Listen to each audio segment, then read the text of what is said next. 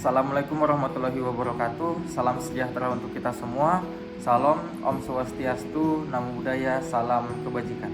Selamat siang, perkenalkan saya Erwin Hidayat dari instansi Badan Pencarian dan Pertolongan, Kantor Pencarian dan Pertolongan kelas A Pontianak, angkatan 15, kelompok 1. Ya, jadi di sini saya akan membahas sedikit terkait agenda ketiga, yaitu kedudukan dan peran ASN untuk menunjang terwujudnya smart governance yang sebelumnya dibawakan oleh Ibu Esi Febriana, SPD, MPD. Tujuan pembelajaran agenda ketiga ini adalah PNS untuk mendukung terwujudnya smart governance sesuai dengan ketentuan peraturan perundang-undangan untuk menjalankan fungsi ASN sebagai pelaksana kebijakan publik, pelayan publik, dan perekat pemersatu bangsa sehingga mampu memberikan dukungan mengelola tantangan dan masalah dalam mendukung pelaksanaan tugas dan jabatannya dengan menggunakan perspektif Smart ASN.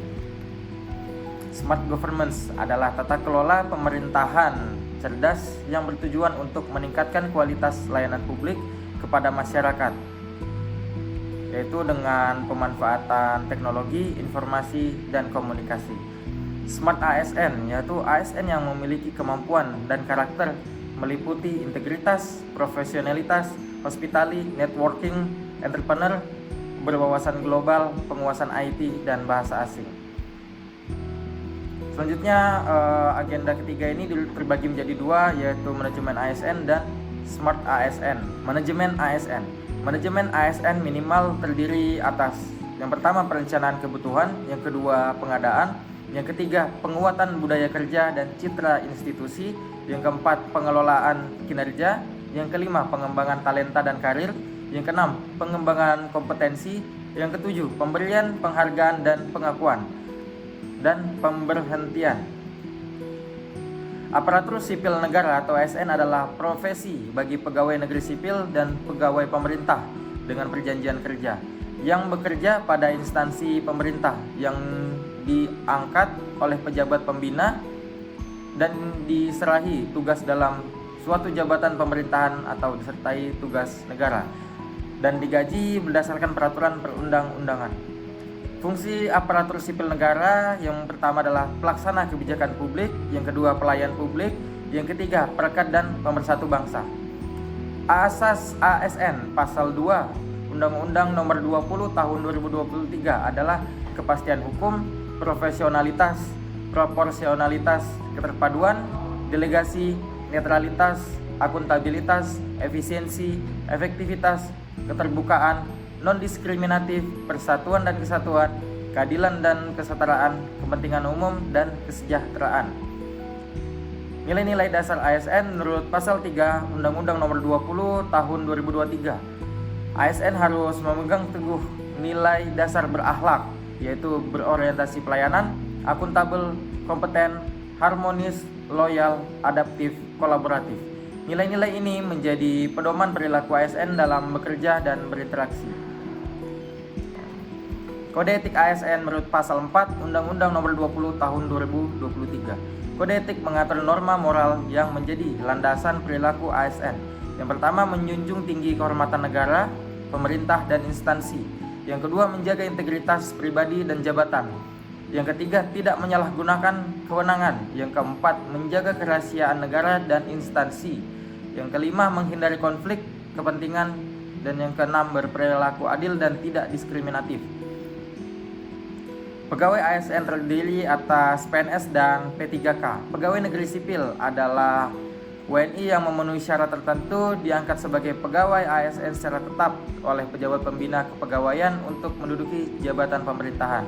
Sedangkan P3K adalah WNI yang memenuhi syarat tertentu yang diangkat berdasarkan perjanjian kerja untuk jangka waktu tertentu dalam rangka melaksanakan tugas pemerintahan dan atau menduduki jabatan pemerintahan. Jabatan aparatur sipil negara menurut Undang-Undang Nomor 20 Tahun 2023 terbagi menjadi dua, yaitu jabatan manajerial dan jabatan non-manajerial. Jabatan manajerial itu adalah seperti Kabadan, Sestama, Kepala Biro, Kakansa. Selanjutnya adalah jabatan non-manajerial, terbagi lagi menjadi dua, yaitu jabatan fungsional dan jabatan pelaksana. Jabatan fungsional terbagi menjadi dua kategori, ahli dan terampil. Ahli pertama, ahli muda, ahli madya, dan ahli utama. Yang kedua adalah pemula, mahir, dan penyelia. Jenjang jabatan fungsional. Jabatan fungsional terbagi menjadi dua kategori. Yang pertama ahli pertama, ahli muda, ahli madya, dan ahli utama. Yang kedua ada terampil pemula, terampil mahir, dan terampil penyelia.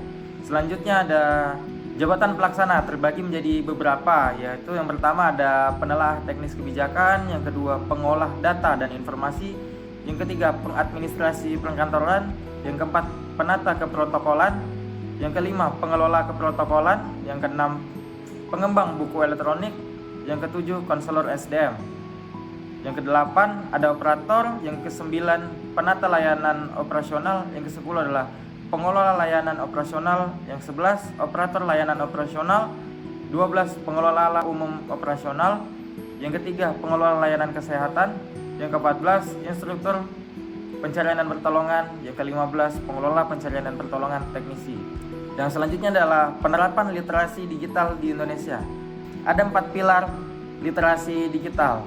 Yang pertama ada digital skill, yaitu memahami perangkat keras dan lunak, teknologi informasi dan komunikasi, serta sistem operasi digital.